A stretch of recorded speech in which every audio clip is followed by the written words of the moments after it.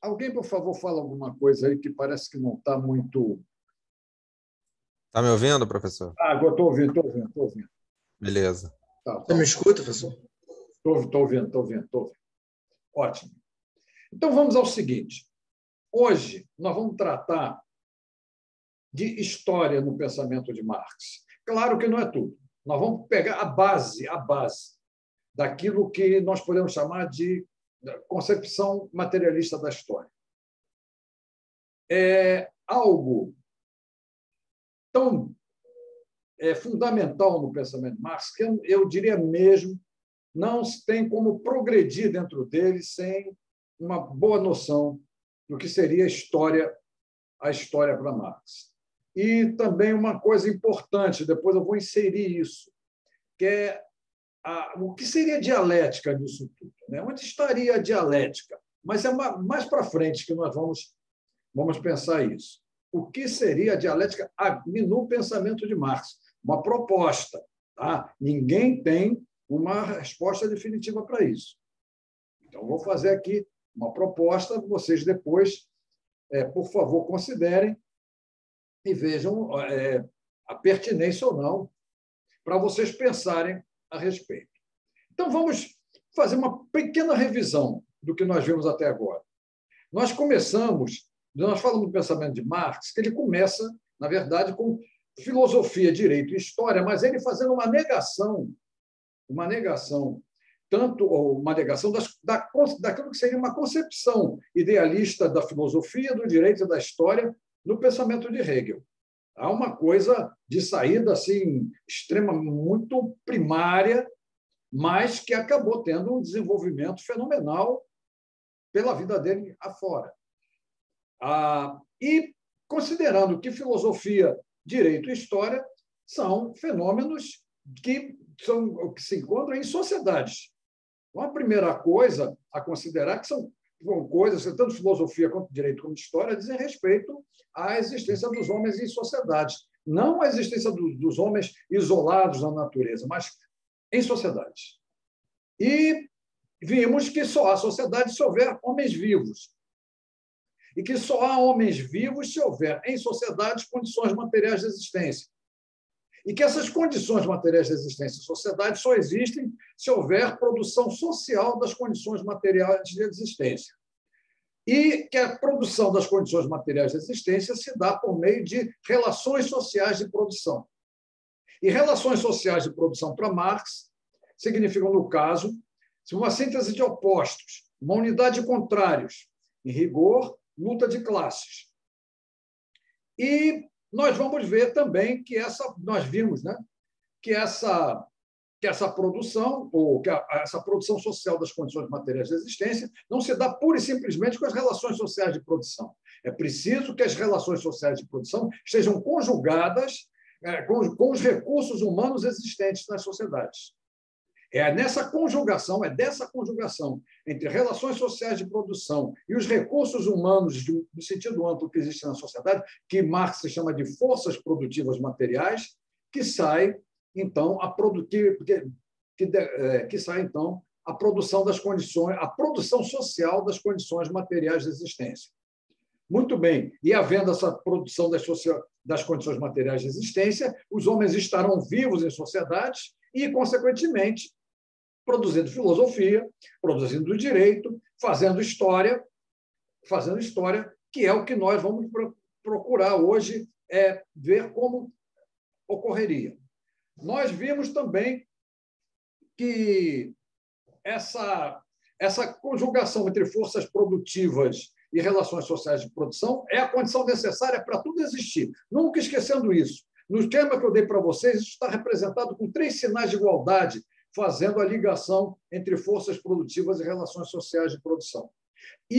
Essa conjugação tem que existir. Sem essa conjugação, não tem produção social das condições materiais de existência. Tá? Esse é um ponto básico para nós avançarmos.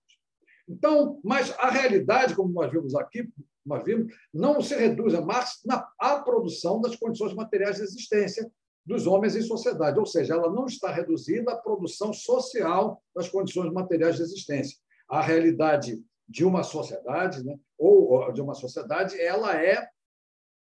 ela tem também coisas relativas à forma de consciência social, que aqui está representada somente com a filosofia e por que não também com o direito, né? E que faz parte também já de uma realidade jurídico-política. Então, nós sabemos que o pensamento de Marx, ele, na verdade, não começa da produção das condições materiais de existência, ele vai começar lá com uma rejeição a uma concepção idealista de filosofia, de direito e de história. E ele vai caminhar para uma concepção materialista das sociedades, consequentemente, das formas de consciência social, do direito e também da história. Muito bem. Nós vimos também que essas formas de existência que os homens têm, essa forma que diz respeito digamos assim, a realidade produtiva deles, a realidade da produção das condições materiais de existência deles, dos homens em sociedade, isso é chamado de... elas estão num amplo conjunto de relações sociais que vão da produção ao consumo e que Marx deu o nome de base ou infraestrutura da sociedade. Base ou infraestrutura produtiva ou econômica, né? Como ele chamava, da sociedade. Então, tudo que está presente da produção ao consumo, né? Naquilo que seria o conjunto das coisas que estão presentes na produção das condições materiais de existência, todas que essas coisas todas estariam inseridas num amplo conjunto de relações sociais, a qual se dá o nome de infraestrutura. Tá? Até aí tudo bem? Algum problema? Tá? Então, vamos ver mais adiante. Isso não é isolado em sociedade. Essas relações sociais não estão isoladas em sociedade. Elas estão em síntese, têm relações sociais que dizem respeito às coisas que necessitam, vamos dizer assim, de uso da força física, da violência, para que sejam exercidas, para que existam em sociedade, que são, na verdade, as tarefas políticas de legislar, de executar e julgar. E, ao lado disso, também teriam as formas de representação da realidade. Bom, deixa eu não me avançar nisso. Vamos considerar que essa parte relativa a legislar, executar e julgar, as relações sociais relativas aos objetos que dizem respeito a essas três coisas, elas correspondem àquilo que seria a superestrutura jurídico-política. E mais adiante ainda veremos, ligado ainda em síntese com isso tudo também, um amplo conjunto de relações sociais que dizem respeito às formas de representação da realidade, formas de representação socialmente significativas da realidade. Então, essas relações sociais que dizem respeito a isso seriam, na verdade, comporiam a superestrutura ideológica. A infraestrutura ou base produtiva, ou superestrutura jurídico-política e superestrutura ideológica, elas estão sempre em síntese. Nenhuma é causa da outra, elas estão sempre em síntese. Toda a realidade em sociedade para Marx tem isso. Então, mas o que acontece? É na infraestrutura que existe a condição necessária para tudo isso existir. E a condição necessária, volto a dizer, é aquela conjugação entre relações sociais de produção e forças produtivas materiais para a produção das condições materiais de existência em sociedade. Então, vejam bem, não há nada... Nós temos em cada uma dessas estruturas elementos que as definem, né? Ou que dizem que elas existem, vamos dizer assim. Mas esses elementos nunca estão apenas no pensamento de Marx, nas estruturas que elas definem. Estão sempre em síntese também com as demais estruturas. Não há nada da base ou infraestrutura, quer dizer, nenhum objeto ou elemento da base ou infraestrutura que não tenha relação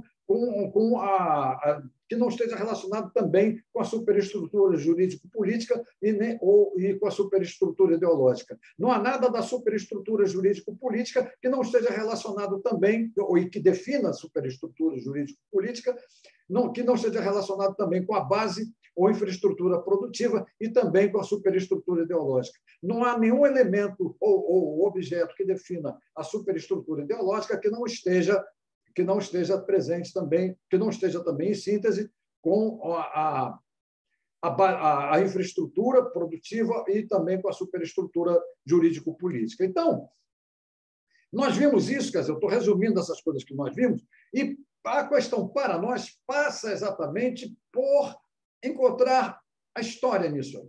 Como encontrar a história nisso aí? Então, o que acontece? Para Marx, as relações sociais de produção, elas são lutas de classe, ou foram até os dias dele, né? Lutas de classe. Então, nunca esquecendo, lutas de classe significam relações sociais de produção. E elas, em si, elas são contraditórias. Tá? Uma síntese de opostos, antagonismo de classe, como queiram pensar, unidades de contrários, isso não é o importante é considerar que essas partes que estão nessa síntese contraditória, elas só existem dentro da síntese contraditória, elas não existem separadamente. Muito bem. E é com essa relação contraditória que as sociedades se conjugam com as forças produtivas materiais para a produção das condições materiais de existência. Aquilo que é contraditório só pode se conjugar contraditoriamente com qualquer coisa, com qualquer outra coisa. Ela não tem como não se conjugar de maneira não contraditória com outras realidades. Tá? Então, o que acontece? A conjugação entre forças produtivas e relações sociais de produção, que é feita com relações sociais de produção contraditórias, é também em si uma relação contraditória. Tá? É em si também uma relação contraditória. O que acontece, então, no caso? Se eu tenho que Marx põe as forças produtivas ou recursos humanos como um elemento dinâmico, como um elemento que está sempre em desenvolvimento. Então, sempre que se falar em forças produtivas materiais, tem sempre que considerar que elas estão num estágio. Por que elas estão sempre num estágio? Porque elas estão sempre em desenvolvimento, elas não param de desenvolver. Mas elas desenvolvem numa relação com as forças produtivas que é uma relação contraditória. Desculpe, com as relações sociais de produção, com a luta de classes, que é sempre uma relação contraditória. Então, o desenvolvimento de forças produtivas é algo que está sempre, diga assim, conjugado, ou é conjugado com lutas de classes, com relações contraditórias. Consequentemente, esse desenvolvimento de forças produtivas mostrará em si, com essa relação contraditória com a qual está conjugada, digamos assim, uma história interna, digamos, de contraditória em si. Por quê? Porque, para Marx, toda vez que ocorre uma revolução, essa revolução vem para libertar o desenvolvimento de forças produtivas, para dar continuação ao desenvolvimento de forças produtivas. Porque, em um determinado momento, o desenvolvimento de forças produtivas foi obstaculizado pelas relações sociais de produção contraditórias. Então, os homens fazem uma revolução e mudam a propriedade de meios de produção, estabelecem novas relações sociais de produção, também contraditórias, e, naquele momento, com aquelas relações sociais contraditórias, naquele momento revolucionário, elas estão libertando essas relações contraditórias, o desenvolvimento de forças produtivas. Mas elas libertam o desenvolvimento de forças produtivas sempre em relação contraditória com esse desenvolvimento, o que vai fazer com que, no decorrer do desenvolvimento de forças produtivas, essas mesmas relações sociais de produção contraditórias que libertaram esse desenvolvimento vão se tornar obstáculo a continuação desse desenvolvimento de forças produtivas. Ou seja, se houver uma revolução, essa revolução trouxer propriedades de meios de produção que se manifestará com relações sociais de produção contraditórias, com luta de classes, e, inevitavelmente, ao libertar as forças produtivas ali, que essa revolução estará libertando, estará também se conjugando de maneira contraditória com esse desenvolvimento que ela libertou.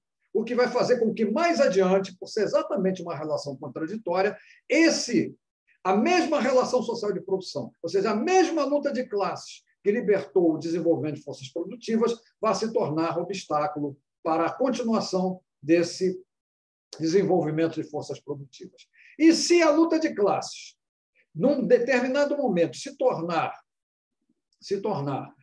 obstáculo à continuação do desenvolvimento de forças produtivas, o que será? O que ela vai fazer? Ela vai deixar recursos humanos de fora, ela vai deixar a sociedade de fora, ela vai deixar forças produtivas de fora, como queiram falar. Ela vai excluir coisas, ou não vai incluir, conforme se queira fazer a leitura. Isso não importa. O que importa é que recursos humanos vão ficar de fora. É aí que os homens têm que tomar consciência, de que eles têm uma representação dessa relação contraditória, mas uma representação não contraditória dessa relação contraditória. Ou seja, na superestrutura ideológica, haverá uma representação não contraditória da contradição. Por que haverá isso? Porque se os homens representarem a contradição como coisa contraditória, eles se verão imediatamente na condição de terem de superar a contradição, porque a contradição não se resolve. Então, o que acontece? Quando esse choque entre o desenvolvimento de forças produtivas e as relações sociais de produção em lutas de classes, ele se dá, a representação ideológica desse conflito está escondendo isso, porque a representação ideológica não é em si, ela em si não é contraditória, ela é uma negação da contradição. Desse modo, ela expressa a contradição sendo a negação da contradição. Então, o que é necessário fazer? É necessário negar essa negação da contradição para revelar a contradição, para mostrar a contradição. E aí se vê diante da única condição possível de resolver, que é superar aquilo, vencer aquilo. Mas aquilo está garantido por uma estrutura jurídico-política, pelo uso da violência. Uma vez vencida a barreira da representação ideológica, digamos assim, negada a representação ideológica, negada a negação da contradição, eu vou enfrentar uma estrutura jurídico-política que é garantidora daquela forma de propriedade de meios de produção. Então, eu tenho que vencer. Quer dizer, os homens têm que tomar conhecimento, negar a negação da contradição, vencer a violência que garante, em última instância, aquela contradição, para, então, uma vez vencida essa violência que garante a propriedade de meios de produção, que gerou aquela contradição toda, estabelecer novas formas de propriedade, ou uma nova forma de propriedade de meios de produção. Então, representei com números aí para vocês as coisas, exatamente por isso. Porque, digamos, eu estou no estágio 1, houve uma revolução. Eu estou no estágio 1.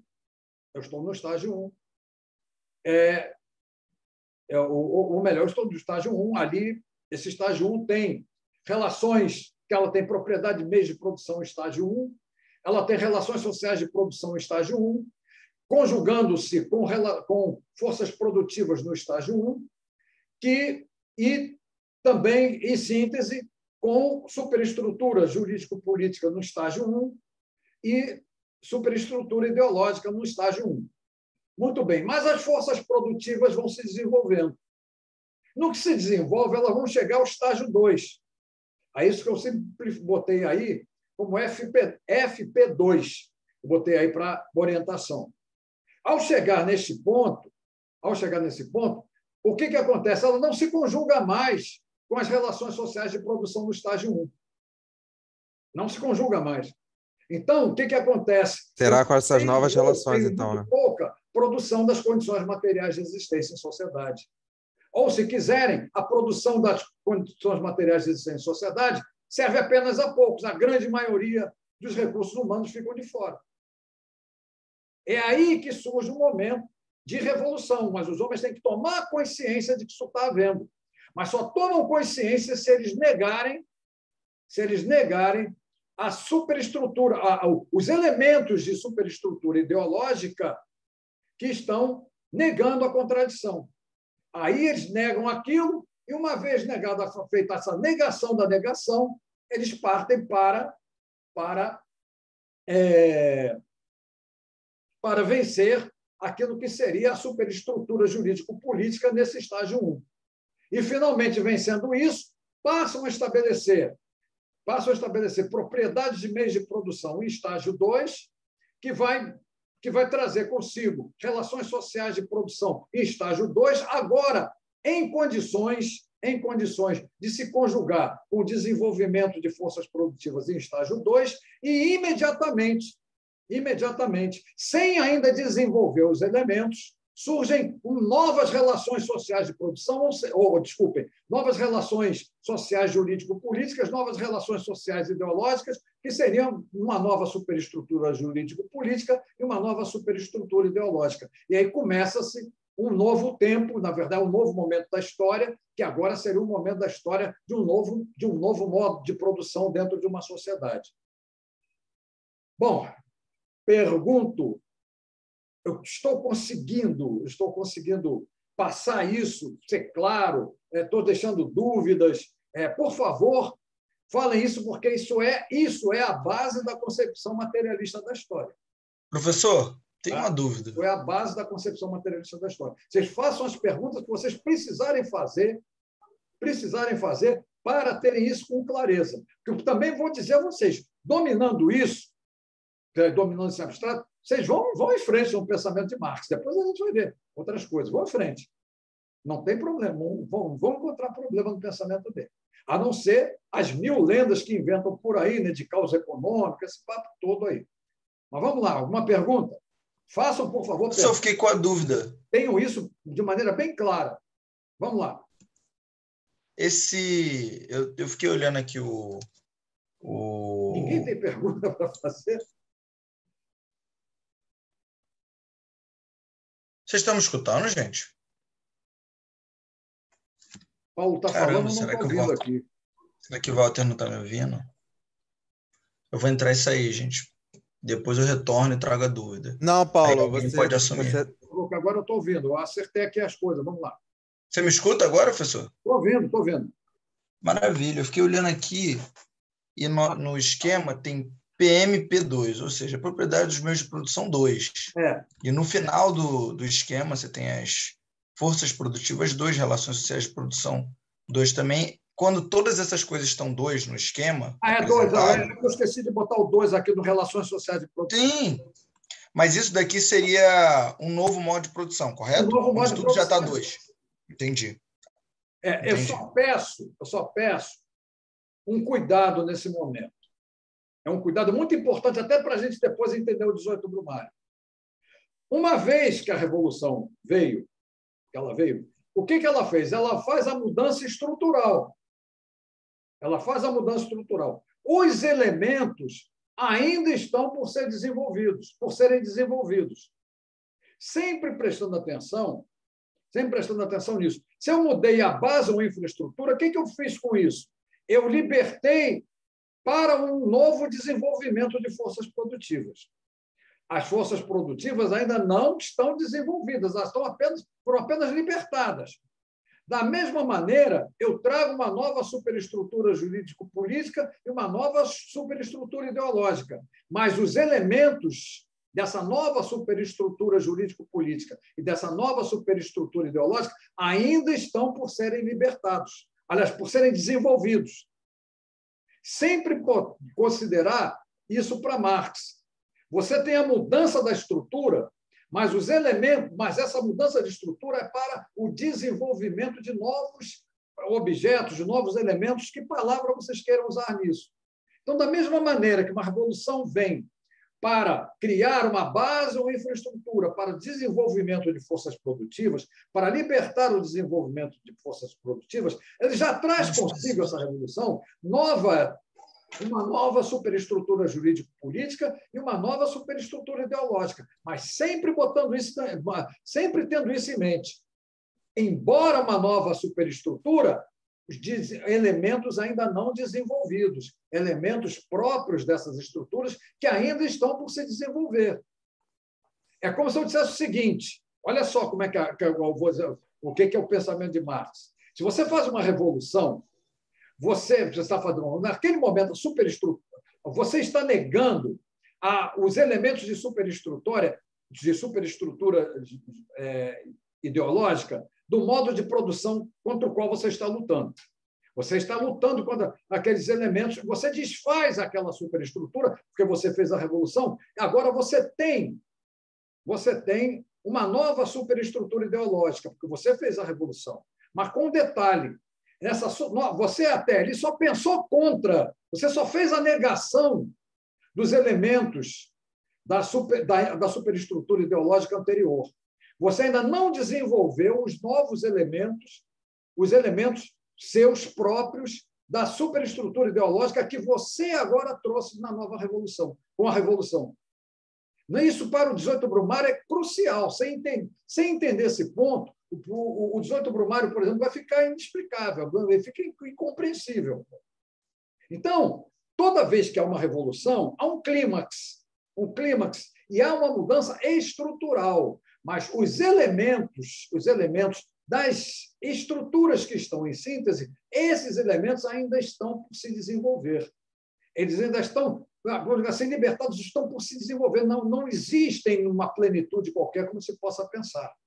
O que se fez até ali foi uma espécie de negação da sociedade anterior, dos elementos da sociedade anterior. O que entra agora aqui é coisa toda ainda por ser desenvolvida. Cria-se uma nova realidade estrutural, ou seja, muda-se a qualidade das relações sociais para que os objetos dessas estruturas, né, eles possam agora aparecer e se desenvolver. Deixa eu ver uma pergunta que está aqui. Desenvolvimento de força produtiva está sempre conjugado com lutas de classes, com relações contraditórias. Ou seja, há uma negação entre elas. Se o senhor... Não é bem uma negação entre elas. Quem faz a negação é sempre a superestrutura ideológica. Tá? É sempre ali o jogo da negação. Tá? Nota que não se desvincula, tá? Não é coisa isolada. Mas negação é sempre uma coisa, um ato, né? Um ato de um elemento, um ato de superestrutura ideológica. Não sei se fica claro. Negação é isso. Então, não há uma negação.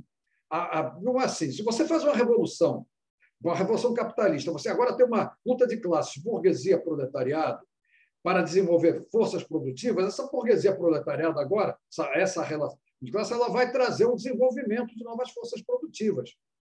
Só que, como ela tem relação contraditória, mais adiante, depois você vai ver isso logo na primeira parte do Manifesto do Partido Comunista, logo mais adiante ela vai, se tornar um obstáculo à continuação desse desenvolvimento.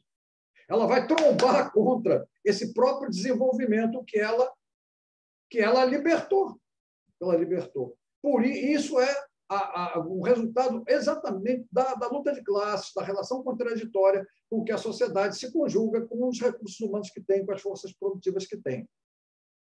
A ideia da negação é no plano da realidade ideológica. Tá? Por que é no plano da realidade ideológica, mas nunca tirando da síntese, nunca tirando a realidade ideológica da síntese das determinações em que ela está, com a determinação jurídico-política, com a determinação produtiva. Nunca tirar daí. Mas, mas qual a importância disso? Fica mais claro, no Desunto Brumário fica mais claro, que ninguém faz, que os homens não fazem nada sem representar.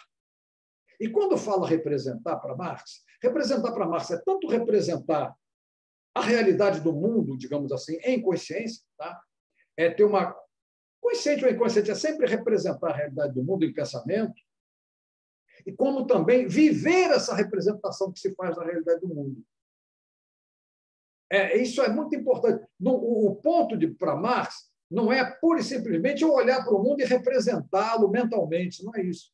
Eu não só represento o mundo mentalmente, como eu vivo essa representação mental que eu faço. Essa representação mental que eu faço da realidade é vivida por mim. Como, por exemplo, se eu faço uma representação não contraditória da luta de classes, eu posso fazer isso. A luta de classes está lá, mas eu sou puxa-saco de patrão, então eu não vou representar como luta de classes. Eu puxo o saco do patrão. A luta de classes deixou de existir para Marx, então ela está lá. Mas a representação é como se não houvesse essa luta de classes. Então, o que eu puxa-saco do patrão, estou fazendo? Eu estou vivendo? Não, eu estou vivendo acreditando, na verdade, na não contradição, na existência de uma relação harmoniosa entre mim e o patrão, e meu patrão. A realidade é de antagonismo, mas eu represento como não antagônica essa contradição. Claro que eu estou representando como não antagônica mas estou vivendo o antagonismo. Isso eu estou em síntese com o antagonismo. Isso não tem jeito para Marx. Por mais que você queira dizer, não há luta de classe, o antagonismo está lá. Pode até representar assim, viver assim, se orientar assim, mas o antagonismo está lá. Você está em síntese com isso. A coisa é até instigante, né? Porque, para Marx, o que nos orienta não é a realidade em si, mas a representação que fazemos dela. Por isso, a importância de negar a negação da contradição.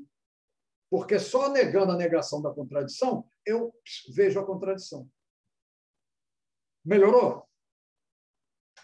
Melhorou? Isso está...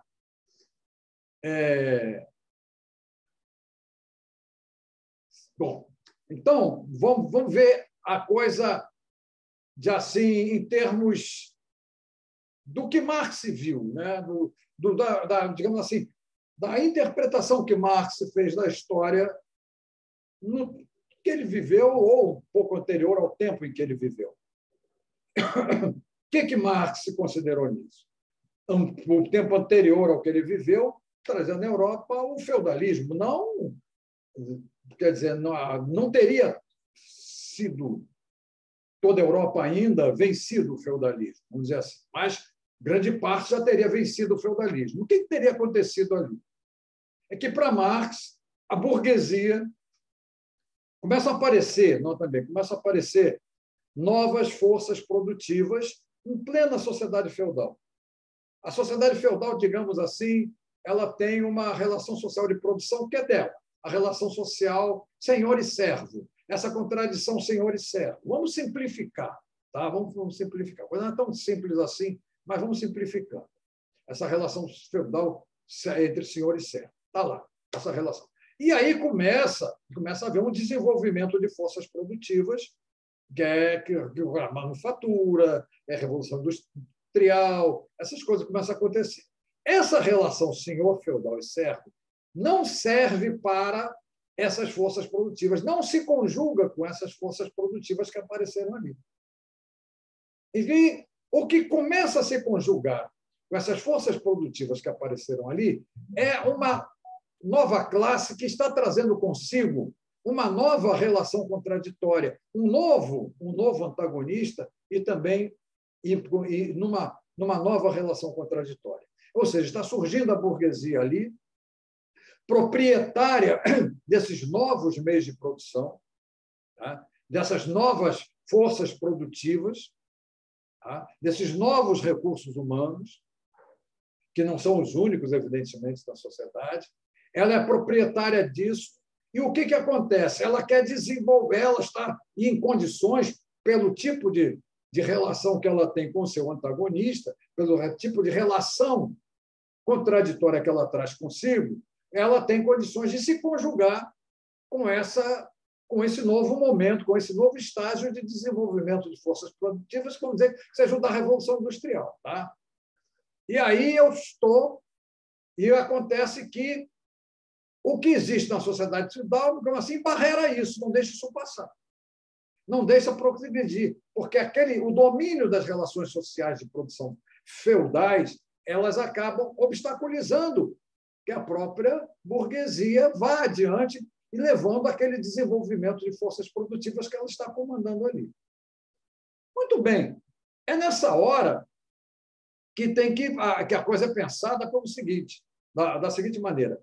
A burguesia se torna revolucionária, ela vai fazer uma revolução para romper com as estruturas feudais.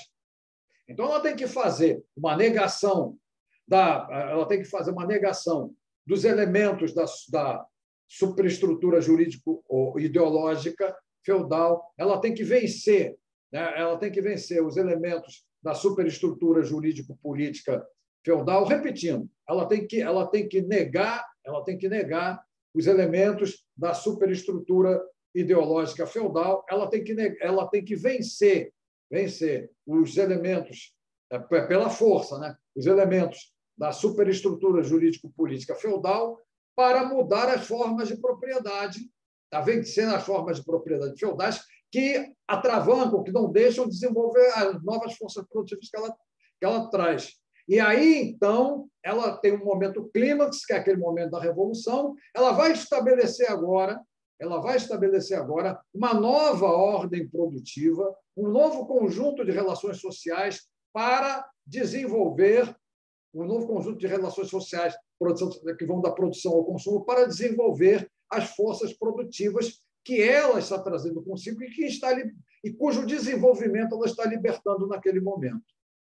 E, ao mesmo tempo que ela faz isso, ela também está trazendo nova qualidade de relações sociais, para que seriam as de superestrutura ideológica, nova qualidade de relações sociais que seriam da superestrutura jurídico-política. Mas, né, essas novas realidades ainda por desenvolverem os seus elementos. E aí vai. O que vai acontecer para Marx depois? Nós vamos deixar para ver no manifesto. O que se passa, né, o que vai começar a acontecer a partir daí, será o que vai acontecer a partir daí será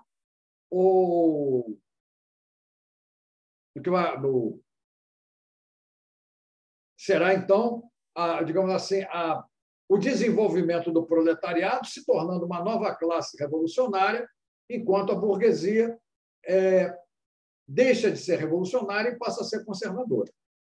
Mas, se isso estiver sem problemas para vocês agora, eu já vou, creio que vocês têm um link com você aí presente, eu já vou passando para a leitura do prefácio. Porque hoje nós podemos fazer, na verdade, essa leitura do prefácio nas partes que antecedem, né, nos parágrafos que antecedem a parte fortemente teórica que ele tem, que o prefácio tem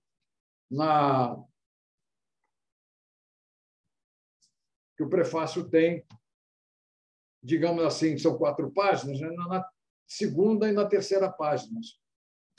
Mas eu quero saber de vocês se posso ou não entrar nisso, porque o prefácio ainda está dentro desse tema aqui. Tá? Se bem que o manifesto também vai continuar, vai consolidar isso.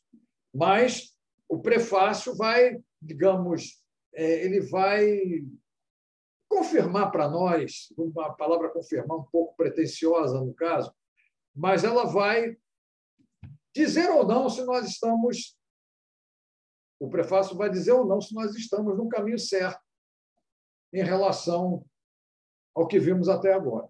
Mas eu quero a resposta de vocês, preciso da resposta de vocês. Sem a resposta de vocês, eu não vou prosseguir, eu me mantenho e deixo a leitura do prefácio para começar na próxima aula. Mas já que vocês, pelo que me parecem aí, não tiveram dificuldades em dominar em compreender isso aí, provavelmente até dominar ou começarem a dominar essa base que é crucial, que é a base da concepção. Não é tudo, não, notem bem, a base da concepção materialista da história. Depois nós vamos ver também como é que a gente vai ver história, e em especial no Manifesto do Partido Comunista. Como é que nós vamos encontrar a história nas coisas que Marx escreve. Então, o que está posto aqui, foi visto até agora, é exatamente a concepção materialista da história. A base. Mas para nós vermos efetivamente a história dentro do pensamento de Marx, nós vamos precisar de algumas coisas mais. Então, por favor, digam para mim se posso entrar no prefácio, se não posso, se vocês querem tocar em pontos que foram vistos até agora. O importante é vocês não terem dúvidas quanto à linha de pensamento que eu estou propondo aqui. Eu estou propondo, mas sem obrigação absoluta de que vocês adotem. A escolha de vocês, o problema vai ficar com vocês. Eu não quero absolutamente, porque eu confio muito no que estou falando, mas é a tal coisa. Quando você fala do pensamento de Marx, tem aí, em brigas ferocíssimas, brigas de vida ou morte, intérpretes de tudo quanto é, das mais variadas qualidades. Mas então vamos lá. Façam perguntas, por favor. Ou vamos para o prefácio, ou digam assim, podemos começar a leitura do prefácio.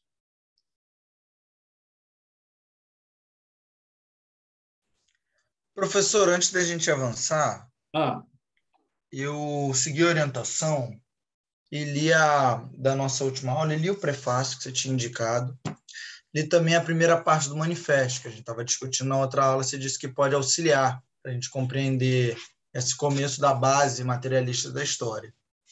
Mas eu fiquei com uma dúvida, não era nem sobre a minha leitura. Eu fiquei dando uma olhada nesse esquema que você mandou para a gente, eu queria até agradecer ter enviado para a gente, porque auxilia. É um tema complexo, mas ajuda na visualização do que a gente está discutindo na aula. E eu queria... É uma dúvida muito marginal. Eu só queria saber se você usou de marxismo analítico para produzir esse esqueminha, porque eu achei muito interessante e eu fiquei com essa dúvida. Você usou, professor? Tem alguma abordagem nesse sentido? Repete a pergunta, por favor, que eu não ouvi direito. Essa é a parte final.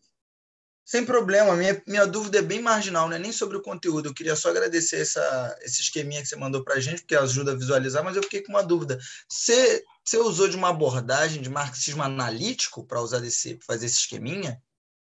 Olha só, eu não penso em Marx em termos analíticos. Essa é uma coisa complicada, tá? É uma coisa complicada. Por que eu digo que não penso em termos analíticos? Porque é uma coisa muito cartesiana. É coisa de cartesiano. Talvez, eu vou te dizer já o que é. Vou te dizer já qual é a questão. Por que não cabe? Para mim, não cabe falar em análise quando você trabalha o pensamento de Marx. Porque aí eu vou pegar, Paulo, e vou entrar... Eu acho que eu vou fazer o seguinte, eu vou trabalhar logo a ideia de dialética aqui, para nós pensarmos isso. O que seria pensar, na verdade, o que seria dialética, o que seria pensar dialeticamente, o que a dialética teria a ver na realidade? Isso é uma coisa que está muito complicada pelo uso que fazem da palavra. E o que eu quero pensar eu quero pensar Marx aqui no caso, até em termos de dialética, mas não de um modo desleal, como geralmente fazem, que é usar a palavra dialética para você, no fundo, não entender nada, não entender o que quer dizer aquilo, ou o que quer dizer com isso. Esse é que é o ponto. Esse é que é o ponto.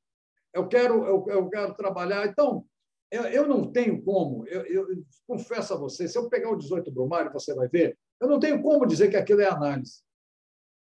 Porque eu não vejo uma redução, digamos assim, às partes mais simples e depois uma reconstrução de tudo. Eu não vejo isso. Eu não vejo isso. Talvez isso possa estar no pensamento de Marx, talvez, mas é discutível, lá naquele texto dificílimo que ele escreveu, não publicou em vida, foi ser publicado depois de 1932, e ao qual deram o discutível título, porque esse é um título dado por Marx, de O Método da Economia Política. Ali tem um procedimento, que você diria assim, resvala, né, para algo cartesiano e tal, mas, mesmo assim, é muito discutível. É muito discutível, porque a pretensão de Marx, você, por exemplo, trabalhar mesmo, trabalhar uma filosofia que permita a discussão. Aí é que está a discussão. Então, mas explicitamente isso, tá? Explicitamente isso, que permita a discussão. E onde é que a gente vai encontrar essa discussão? Eu vou entrar nesse ponto. Vou fazer isso, eu vou entrar nesse ponto. Que agora, eu estava querendo saber quando é que eu ia botar a dialética nessa sucessão de aulas. E acho que, pela pergunta que você fez aí, eu acho que chegou a hora de falar disso. Chegou a hora de falar disso. Em primeiro lugar, o que nós devemos considerar em relação à dialética? Isso é fundamental. É um procedimento humano. É um procedimento humano. Tá? Principalmente para um autor materialista, isso é mais do que claro. E o que acontece? A palavra dialética vem lá dos gregos e ela significa algo que pode ser tomado como uma arte de discutir. A arte de discutir. Ora, consideremos, então, uma primeira coisa nesse significado, que é algo que se propõe a não chegar ao fim. Tá? Algo que se propõe a não chegar ao fim. Por que eu digo não chegar ao fim? Porque se eu chegar à verdade absoluta, a verdade insofismável e indiscutível, parou a discussão. Acabou a dialética. Então, a dialética é, sobretudo, alguma palavra criada para os homens se sentirem no plano do relativo, do perecível, daquilo que não tem fim, nem pode ter fim, porque aos homens não é dado o direito de serem deuses, de imporem nada de definitivo uns para os outros. Não sei se está claro isso. Aos homens não é dado, se eu usar a palavra dialética, eu não tenho o direito de dizer, talvez, até que a dialética é definitiva. O que é isso? Seria uma estupidez com a própria dialética. Porque isso é posto exatamente para os homens nunca aceitarem aquele que tenha a pretensão de ter a última palavra das coisas e, por isso, acabar com todas as discussões. Então, esse é o primeiro ponto. É a dialética no seu significado etimológico, mas mais do que no seu significado etimológico. É na intenção de ser um procedimento humano. Um procedimento que não é dos deuses, é um procedimento que não é de alguém que esteja tentado, que seja candidato a Deus, né? Ou que esteja tentado pela híbris, né? A se candidatar a Deus e falar definitivamente a qualquer coisa. Não. Aqui está no território da moira, do relativo, do perecível. Aqui é humano. E eu não tenho o direito de deixar para aqueles que vierem depois de mim, coisas definitivas. Esse é o espírito, realmente, da palavra dialética, como entendo, por tudo que consegui ler assim, dos primeiros tempos, né, dela, especialmente em Platão, e verifico com isso que ela tem um caráter pedagógico mesmo. Quando eu estou falando em pedagogia, eu estou falando numa educação, eu estou falando em princípios de educação que não querem que uma educação seja definitiva, mas uma educação que seja sempre discutida, uma educação que esteja sempre, digamos assim, relativa, perecível, e tudo por aí. E tudo nesse sentido. Nós vamos ver depois que, no pensamento de Marx, as lutas de classe são perecíveis, mas deixa chegar um manifesto do Partido Comunista. Então,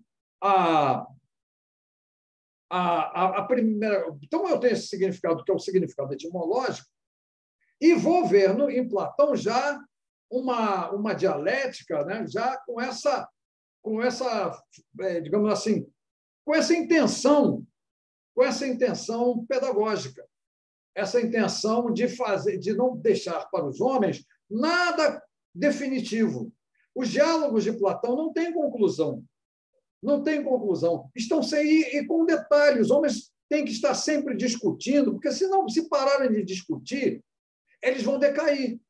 Conhecimento é coisa que tem que trabalhar sempre em atividade. Não adianta eu conheci hoje, guardei, está acabado, guardei para sempre. Não. Eu tenho sempre que estar praticando conhecimento. É coragem, é justiça, é amor, é amizade, é perseverança, é sabedoria. São essas coisas que eu estou discutindo lá em Platão. Ótimo, mas nota bem, nunca vou chegar a um conceito definitivo. Vou trabalhar sempre o conceito de maneira a que esse conceito continue discutível e, nesse sentido discutível, isolando, nota bem, isolando esse conceito, dando a ele uma boa definição, quer dizer, uma boa distinção, mas mesmo com essa distinção feita em relação às demais coisas que podem também ser discutidas, eu não vou pegar como definitivo nada que eu disser ali. Eu tenho sempre condição de pegar um pontinho a mais aqui, uma coisa a mais ali, mais adiante, e volto sempre no dia seguinte para voltar a discutir aquilo, porque aquilo diz respeito à nossa própria prática em sociedade, a prática dos atenienses em sociedade, que não devia parar nunca. E tinha outra coisa também naquilo. A dialética, se você reparar, ela tem algo preciosíssimo. Ela é, não vou dizer em Hegel, né? Porque Hegel é diferente. Hegel é coisa diferente. Mas a dialética tem uma coisa preciosíssima. Ela precisa sempre de alguém, de um interlocutor. Ela tem uma função integrativa. Esse problema que as sociedades têm de manter os seus indivíduos integrados, a dialética resolveria como? Porque bota todo mundo discutindo o tempo todo. Então, as pessoas estão sempre integradas. Apareceu um ideal qualquer. Então, vamos discutir esse ideal, vamos entender esse ideal, vamos discutir esse ideal. Então, estou sempre discutindo esse ideal. E esse ideal tem que ser sempre praticado. E a prática desse ideal passa sempre por constantes discussões, por constantes voltas para eles, para esses ideais, para que eles continuem sempre sendo esclarecidos. O esclarecimento é uma coisa constante, porque se eu parar de discutir, meu esclarecimento decai. A minha sabedoria sobre aquilo ali decai. Isso é para Platão algo indiscutível. Né? A sabedoria vai cair. Então, eu tenho que estar sempre dialetizando. Muito bem. Então, esse significado, mas Platão, dizem, ele faz nos diálogos, ele usa um método de divisão, né? Um método de divisão nos seus diálogos para ir fazendo a distinção daquilo que está sendo discutido em relação às demais coisas que possam ser discutidas. E as frases são as sentenças, né? Elas são também, digamos, divididas para que se possa pegar nas suas partes detalhes, esclarecimentos e assim por diante. Mais adiante eu tenho Aristóteles, que aí em Aristóteles uma coisa importantíssima. Aristóteles não dava, não considerava a dialética coisa de maior importância, nem a retórica, contra a qual a dialética de Platão se colocou, né? Porque a dialética vem contra a retórica, de fato, ela vem contra a retórica, a dialética de Platão é contra a retórica, mas o que faz Aristóteles? Nem retórica, nem dialética, nem aquilo que é,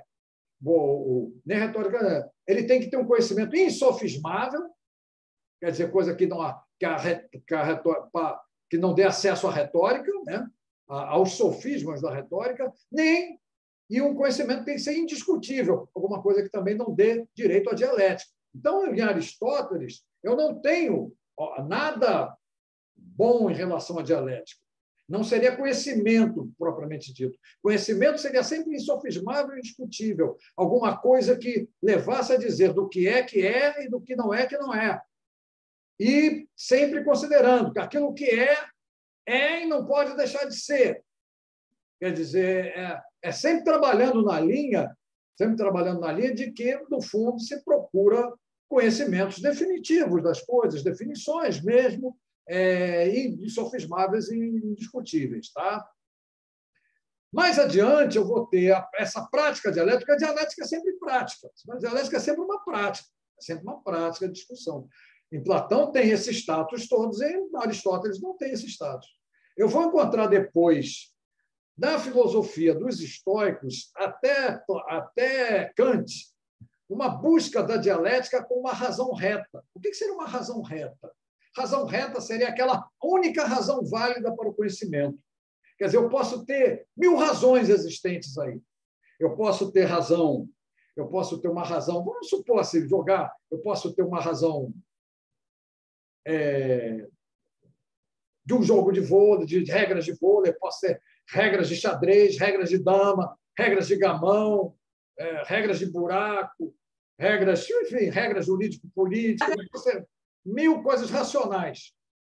Mas uma coisa importante dentro dessa coisa toda, eu não vou considerar nenhuma dessas razões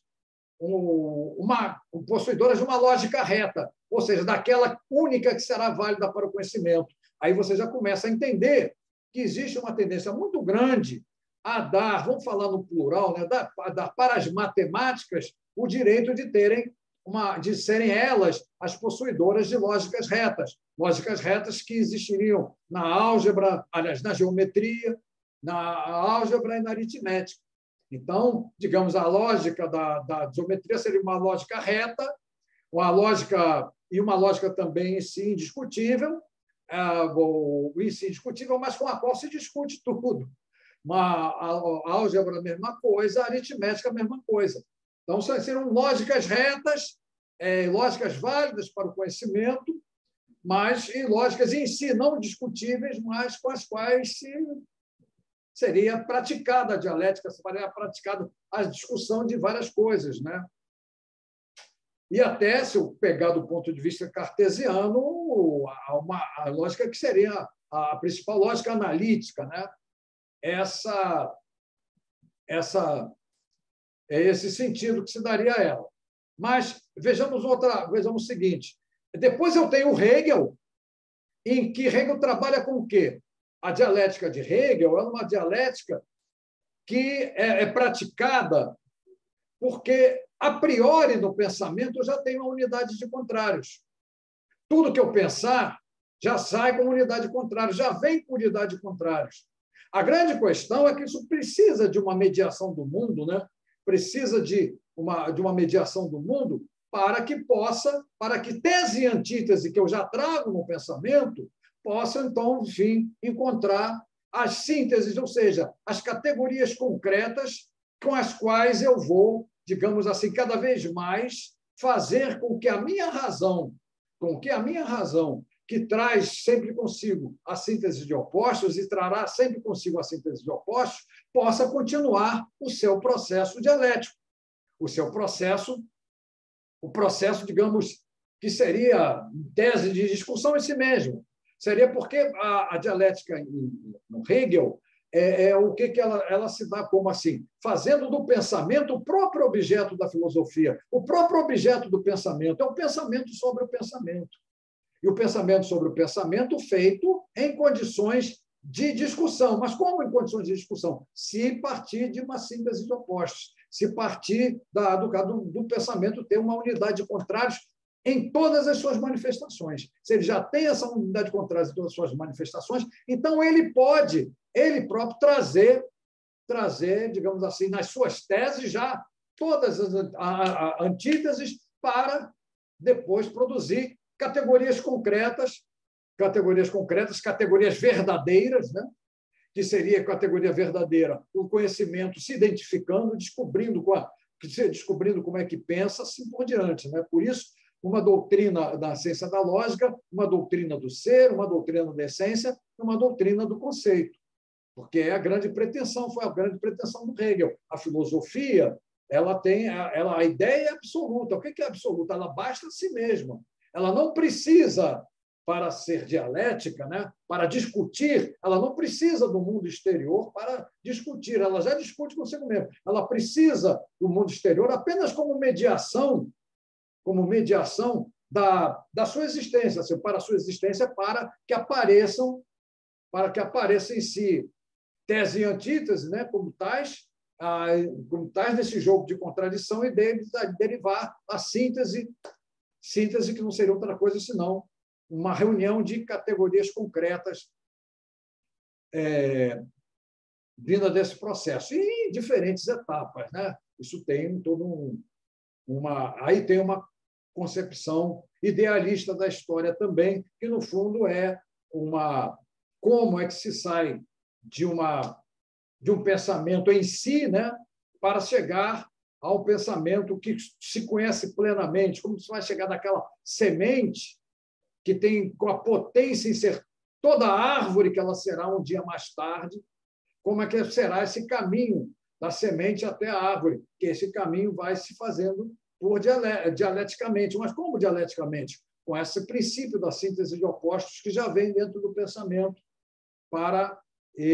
O pensamento vai pensar sobre si próprio, vai começar já a pensar sobre si próprio, já está trazendo tese e antítese sobre si próprio, e aí vai até chegar, vai até depois reunir, enfim, tem a sociedade, tem leis, sociedade civil, tudo isso vai aparecer no pensamento de Hegel como realizações espirituais, né? Realizações dessa dialética que, no fundo, é uma dialética espiritual, né?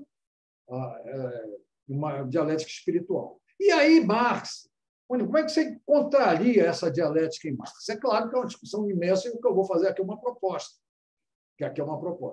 E aí, para mim, a dialética em Marx ela tem que ser um processo, inevitavelmente, de discussão.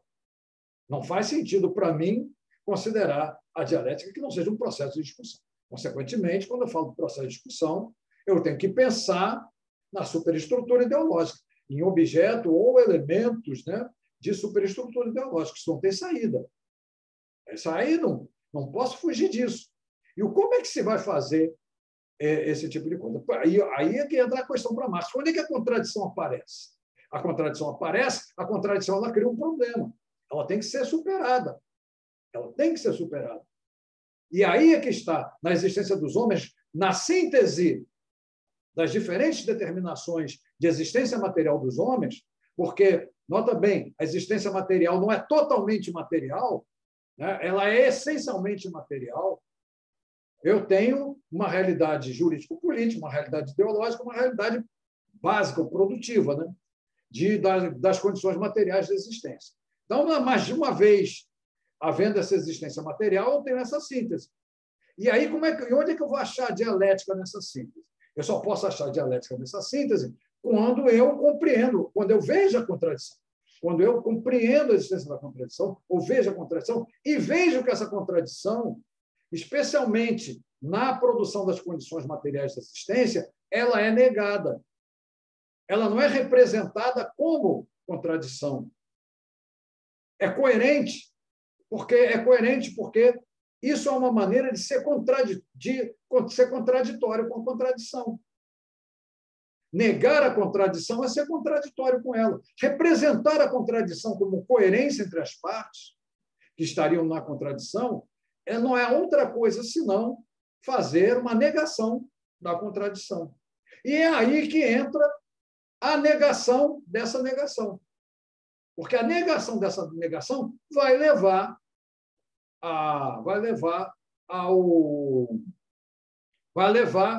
digamos assim, a revelação da contradição. E a esse problema que nós vamos ver no final do prefácio, eu vou comentar sobre isso, como é por que os homens vão, para Marx, né, se ver diante de uma situação que é a porta do inferno, está na porta do inferno.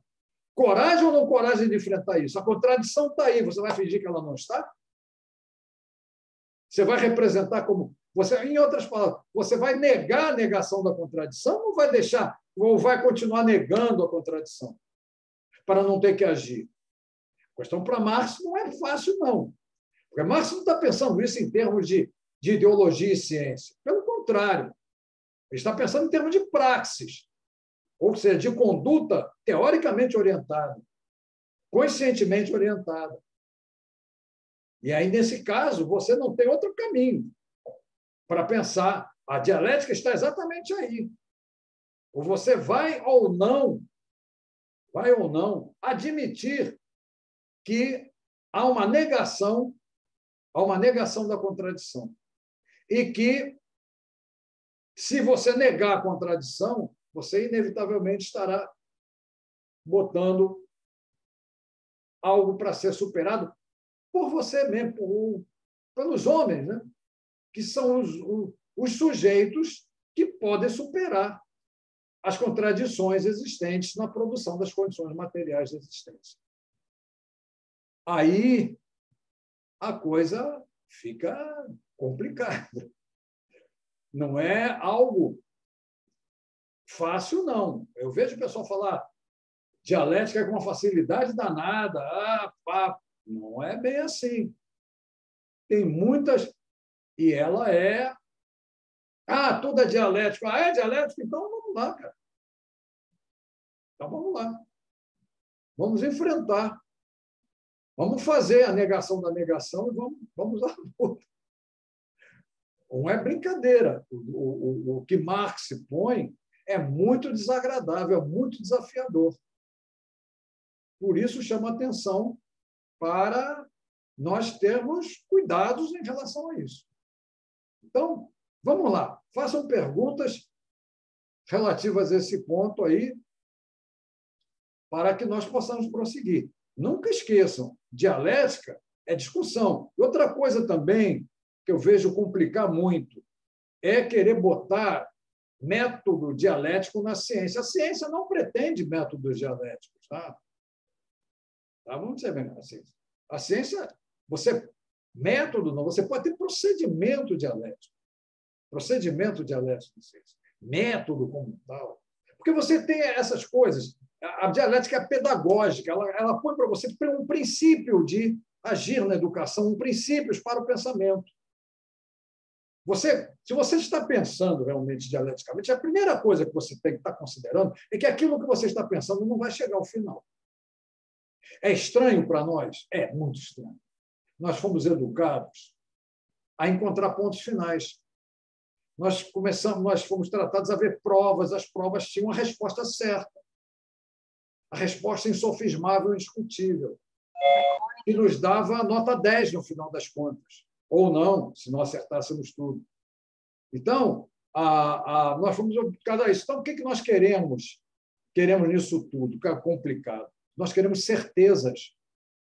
Nós queremos certezas.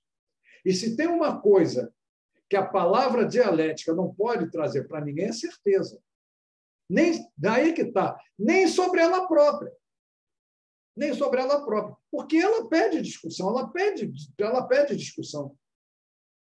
Ela pede que você mexa nas coisas que parecem acabadas, prontas, estabelecidas, para mexer nelas e continuar discutindo. Porque se eu não discutir, se eu chegar ao ponto final de qualquer conhecimento, se eu chegar à verdade absoluta, eu não tenho dúvida Não tenho dúvida. Não tenho mais discussão. Qual é quando eu pego a ciência, a chamada ciência moderna, e o apogeu dela, que para mim é o século XIX, se bem que ela continua por aí, mandando e desmandando nas instituições de ensino. O que ela está? É o objetivo da verdade. E o que a verdade seria? Indiscutível, insofismável. Antidialética por excelência. Não é algo fácil de ser considerado. Porque nós fomos criados para isso. Aí, de repente, você pensa em termos... Você quer pensar em termos dialéticos, você quer um procedimento dialético, a primeira coisa que tem, aí é que está, é que você tem que ter uma inquietação em você. A coisa parece pronto estabelecido, o saber está pronto estabelecido, você não aceita. Você quer discutir. Você quer discutir. Você quer ampliar a coisa. Você não quer ponto final. Imaginem só uma sociedade onde tudo fosse sabido, onde tudo fosse verdadeiro. Todas as coisas são verdadeiras. Eu não vou discutir mais nada. Eu só tenho que aprender as verdades e viver minha vida de acordo com essas verdades. Eu só posso criar nos territórios inconsequentes da arte, nos territórios que não me dizem verdades, que não estão ali para dizer verdades. Eu tenho que ultrapassar esse território da verdade para sonhar, mas isso tudo seria viver em irrealidade. As realidades, para as realidades, só a verdade serviria. Pessoal, esse é o mundo que põe para nós. Não vamos entrar nisso. Não vamos entrar nisso. Quando a gente pensar a palavra dialética, vamos nos libertar. E eu vou falar com todas as letras. Qualquer palhaço que vier para nós e disser tudo é dialético, está errado até na palavra. Porque, eu diria, a natureza dialética, ela em si é a natureza dialética. Uma barra de ferro, em si ela é dialética. Não. Dialéticos somos nós. Nós é que dialetizamos, nós é que discutimos. Então, os homens, por exemplo, fizeram televisão um dia, fizeram aparelhos de televisão, né? Fizeram um dia lá com válvulas de evacuar. Eles discutem aquilo, aplicam aquilo, têm sonho, eles vão discutindo e vão, com fenomeноtécnica, né? Criando novas realidades, vão fazendo a televisão de chip, né? Essa coisa toda.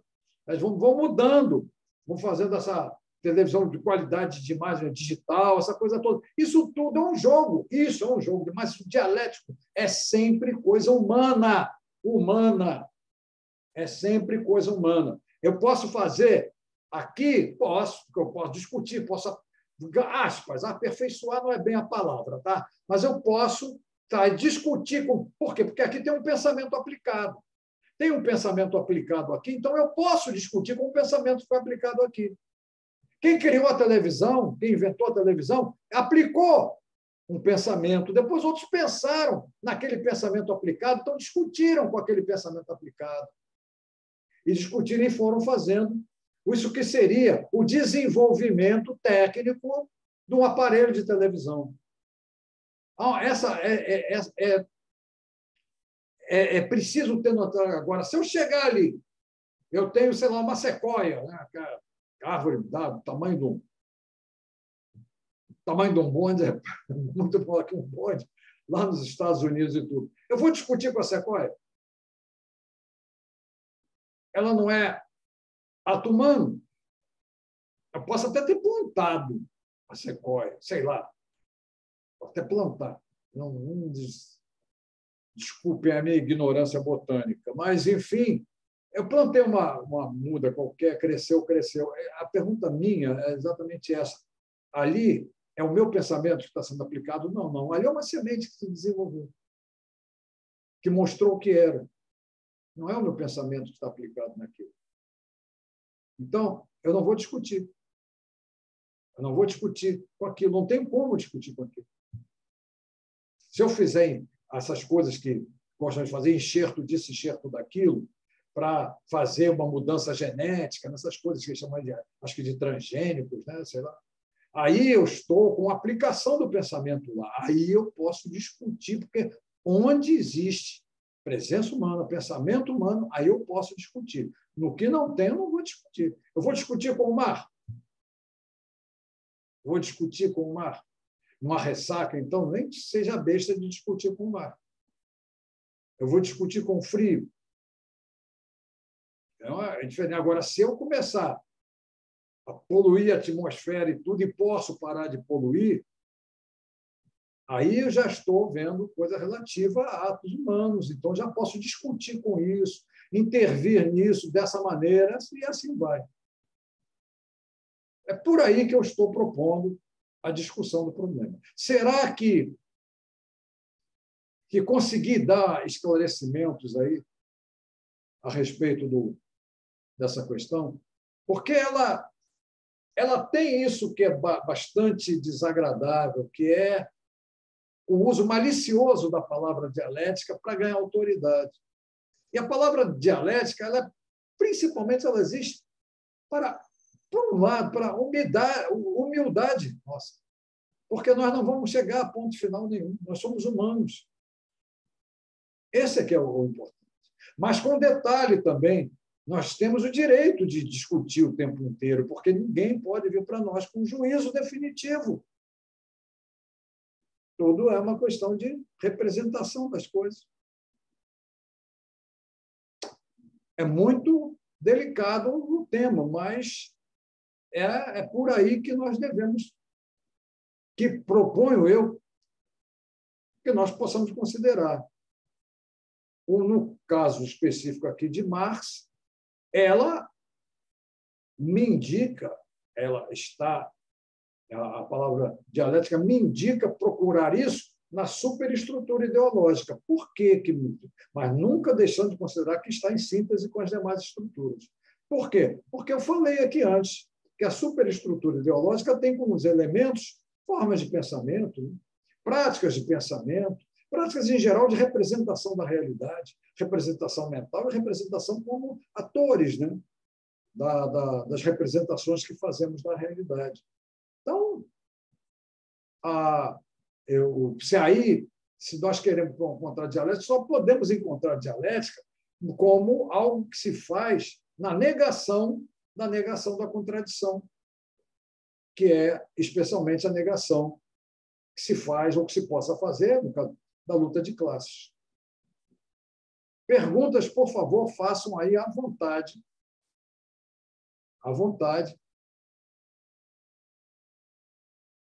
Será, Paulo, que ficou, pelo menos, deu para que a palavra análise, analisar não é o conveniente aqui no autor?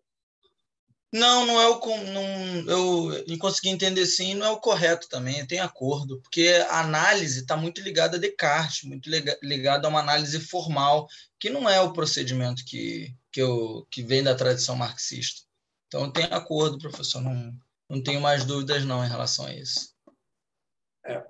Bom, então, eu vou fazer o seguinte, vamos deixar, já que eu avancei com gosto, acho que foi pertinente entrar nessa parte aí.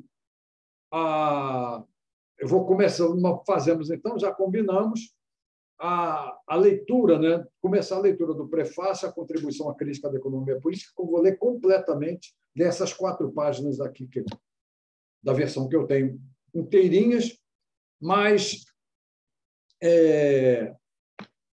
antes de chegar a ela, né, propriamente, aí eu deixo em aberto as questões que vocês possam fazer a esse respeito. No caso de Hegel, que para mim é algo que traz diferença, né? É essa questão do absoluto, né? Da ideia absoluta. O que é o absoluto? Eu já falei aqui, acho eu que já falei, o absoluto é o que basta a si mesmo. Então, nesse caso, a dialética em Hegel é uma dialética que é absoluta, né? Absoluta. É uma dialética que se resolve no próprio espírito. Mas, mesmo nessa dialética de Hegel que se resolve no próprio espírito, ela tem uma realização no mundo. E é lá nessa realização no mundo que ela vai mostrar o seu caráter crítico. Como assim? Vamos supor, eu estou aqui com Hegel, eu tenho um momento tal de uma sociedade. É um momento tal de uma sociedade e ali eu tenho filósofos. Esses filósofos são, digamos assim, eles vão fundamentar as leis dessa sociedade.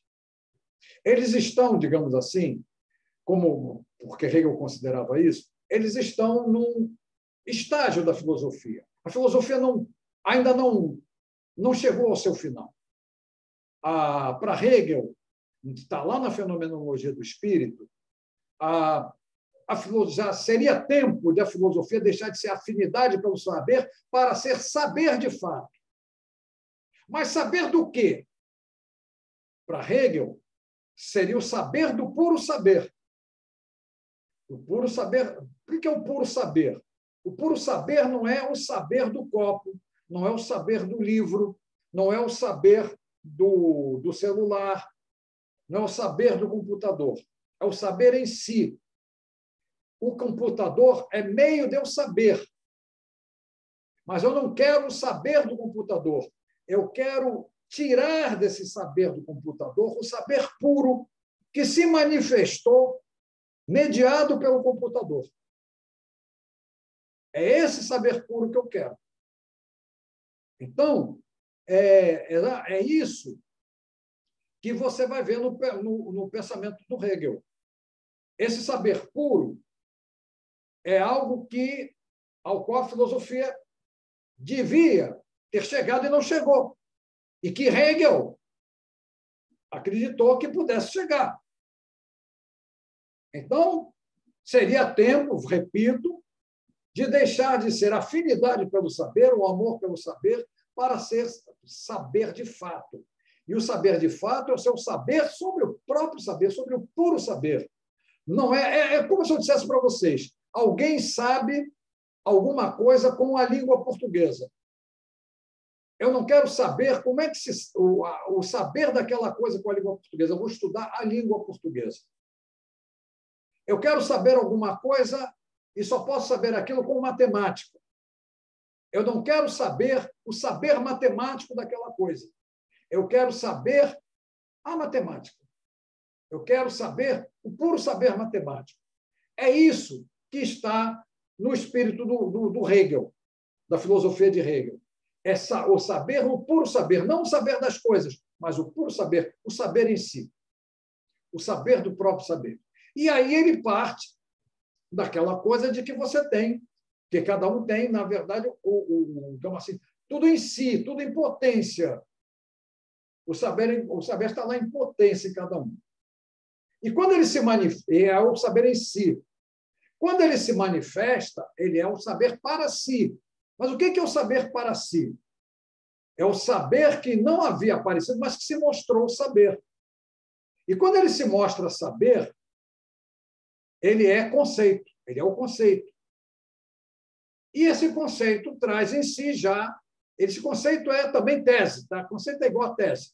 Ele já traz em si a sua antítese, já traz em si o seu contrário. Já é uma coisa que eu posso discutir. Então, qualquer momento da história que eu considerar, os filósofos, no estágio que eles estiverem, assim, da história da filosofia, eles vão fundamentar a legislação. Eles vão fundamentar a legislação. Essa legislação vai formar os homens dessa sociedade. Os homens da sociedade, então, eles vão viver aquilo que está nas leis. Aquilo que está nas leis era o quê? Que estava na cabeça dos filósofos, naquele momento do desenvolvimento espiritual da filosofia. Então, aquela sociedade, naquele momento espiritual, vai viver até chegar a momentos de crise, em que a crise que saiu lá do pensamento dos filósofos vai se manifestar, passa pelas leis e vai se manifestar na sociedade. Aí, o que acontece? Nesses momentos de crise, Hegel teorizava dizendo o seguinte: os homens, nesse momento, ou as sociedades, não, os povos, nesse momento, fazem com que os filósofos se retirem para pensarem a solução filosófica daquilo. ou a superação, melhor dizendo, não solução, solução é a palavra errada, no caso, a superação filosófica daquilo. E fazer a superação filosófica e aí uma nova legislação, já mais avançada, digamos assim, em termos de desenvolvimento filosófico, que vai fazer a sociedade viver em novas condições jurídico-políticas, não importa, mas que são, na verdade, expressões daquele momento da história da filosofia naquela sociedade. E aí, mais adiante, vão mostrar todos os caracteres críticos que vão levar à crise. Essa crise vai fazer com que, novamente, se busquem os filósofos, sejam buscados os filósofos para eles levarem aquilo para um novo momento filosófico, nova legislação e assim por diante. O que teria acontecido na história, então? Todo pensamento é uma abstração. E quando ele está começando, ele tem um máximo de abstração e muito pouca concreção. E nessas coisas todas durante a história, com a intervenção dos filósofos sempre, né, com a participação dos filósofos sempre, esse saber foi sendo progressivamente menos abstrato, para se tornar cada vez mais concreto. Então, a cada momento de crise que vai sendo superado por outro, em que se tem cada vez mais concretude filosófica na existência de um povo, vamos dizer assim. Cada vez aquele povo tem menos abstração e mais concreção filosófica, porque a filosofia que está fundamentando a existência das suas leis, ela está cada vez mais concreta e cada vez menos abstrata. Até em tese, né? Porque o Hegel não vai chegar a esse ponto nunca, até em tese chegar a um momento tal que haveria uma filosofia definitiva. Quando seria a filosofia definitiva? Quando os filósofos conhecessem completamente aquilo que seria o aparelho do saber, as regras do saber, as normas do saber, concretamente, não mais abstratamente, não mais tendo em si, porque o abstrato é o germe do concreto, os germes do concreto, mas tendo em toda manifestação filosófica sempre o concreto, nunca mais o germe do concreto, porque o germe do concreto foi como tudo começou, mas esse germe do concreto foi diminuindo cada vez mais, porque o concreto foi aparecendo cada vez mais, até chegar a um ponto que seria o saber definitivo, o saber do saber, o definitivo saber do saber, que seria o saber conhecendo-se em plena concretude. Bom, senhores, isso é um tanto ou quanto de enlouquecer qualquer um, mas é a maneira como eu tenho para lhes falar. Façam perguntas, por favor. Façam perguntas, por favor. Está dando para entender todas essas coisas? Está dando para entender, apesar das dificuldades, essas não são coisas fáceis, são difíceis. Está dando para entender? Então tá, pessoal. Como dose, assim, já está muito alta a dose, já está muito alta a dose da aula. Aí nós vamos começar a leitura do prefácio na próxima semana. Eu aqui vou dar, digamos assim, por encerrada a aula de hoje. Acho que já está num volume bem pesado até. Mas desde que esteja claro e de que vocês sintam que podem desenvolver, a partir daí, o pensamento de vocês a respeito do tema, o importante é vocês começarem a se sentirem seguros para pensar a respeito do tema. Isso é que é o importante. Porque essa é uma coisa, vamos ser bem platônicos disso, tem que ser sempre praticado. Sempre praticado, senão vai decair. Então, a gente, dando atenção a essa providência constante de praticar, nós vamos ter um certo domínio sobre isso, estender a compreensão cada vez mais e poder falar da mesma coisa, né? De muitas maneiras diferentes, ora reação num ponto, ora outro, e assim vai. Então, tá, pessoal. Hoje eu dou por encerrada a aula de hoje pelo volume já que creio satisfatório para ser discutido.